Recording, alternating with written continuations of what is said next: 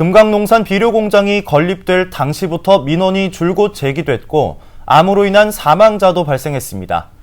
하지만 10년이 넘도록 시설 개선 조치만 이뤄졌습니다. 익산시는 2016년 주민대책위원회가 활동을 시작하자 비로소 현장 점검 등 단속에 집중했습니다.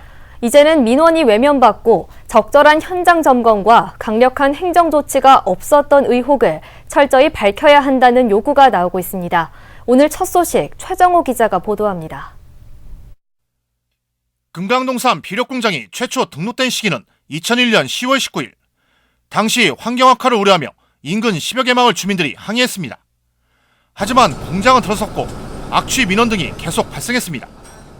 그러던 중 2004년 주민 2명이 처음으로 숨졌습니다. 이듬해 금강농산은 원심력 집진시설 등을 설치하고 사용 연료는 벙커 CU에서 정제유로 바꿨습니다. 그리고 대표자 변경을 거치면서 정상적인 영업을 했습니다. 2009년의 경우에도 악취 민원이 계속 발생하자 익산시는 개선 공고만 합니다.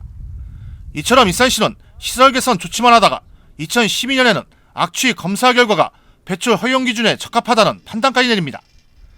그러나 정작 2013년부터 2년 동안 8명의 주민이 잇따라 암으로 숨졌지만 그 당시에도 악취 배출 검사만 진행됐습니다. 연초박 불법 가공에 대한 그 어떤 조치도 없었습니다. 결국 악취와 폐수 등 15건에 달하는 민원이 발생하는 동안 제대로 된 현장 검증은 없었고 여과 집진시설과 폐수의 건조시설 등만 추가됐습니다. 결국 주민들이 계속 숨지자 2013년부터 익산 환경연합이 나서는 등 환경단체가 움직이기 시작했습니다. 익산시 대책이 미흡하다는 불만을 제기한 주민들은 2016년 장전마을 대책위원회를 꾸렸습니다.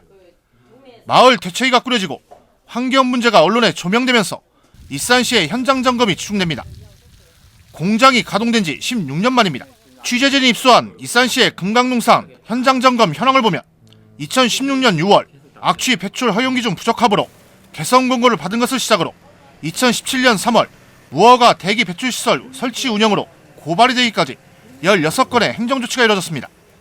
마을 주민들이 암으로 계속 숨졌지만 익산시의 관리 감독은 허술했던 겁니다. 이 문제가 이렇게 발생된 건 주민들의 많은 민원이나 문제 제기에도 불구하고 행정에서 그걸 뭔가 공개하지 않고 자기들끼리 뭔가 그 문제를 무마시켰다라고 하는 게 문제거든요. 감사원은 공익감사 결과 발표를 앞두고 있습니다.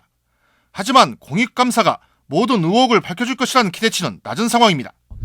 때문에 장전마을 주민들이 제기하는 민사소송을 통해 보다 많은 관련 정보가 드러나면 추가적인 조치가 필요하다는 지적이 나오고 있습니다. 민사상 소송만 말고 형사상 소송도 같이 해야 되는 거 아니냐 이런 주장이 있고 그 부분에 대해서 검토가 돼서 필요하다면 함께 진행하는 것도 필요하다 생각을 합니다. 강산도 변한다는 10년이란 세월도 훨씬 넘는 기간 동안 인력 부족 등의 이유로 외면받은 주민 민원. 외면된 배경을 둘러싼 의혹을 이제는 밝혀야 한다는 요구가 높아지고 있습니다. KCN 뉴스 최정호입니다.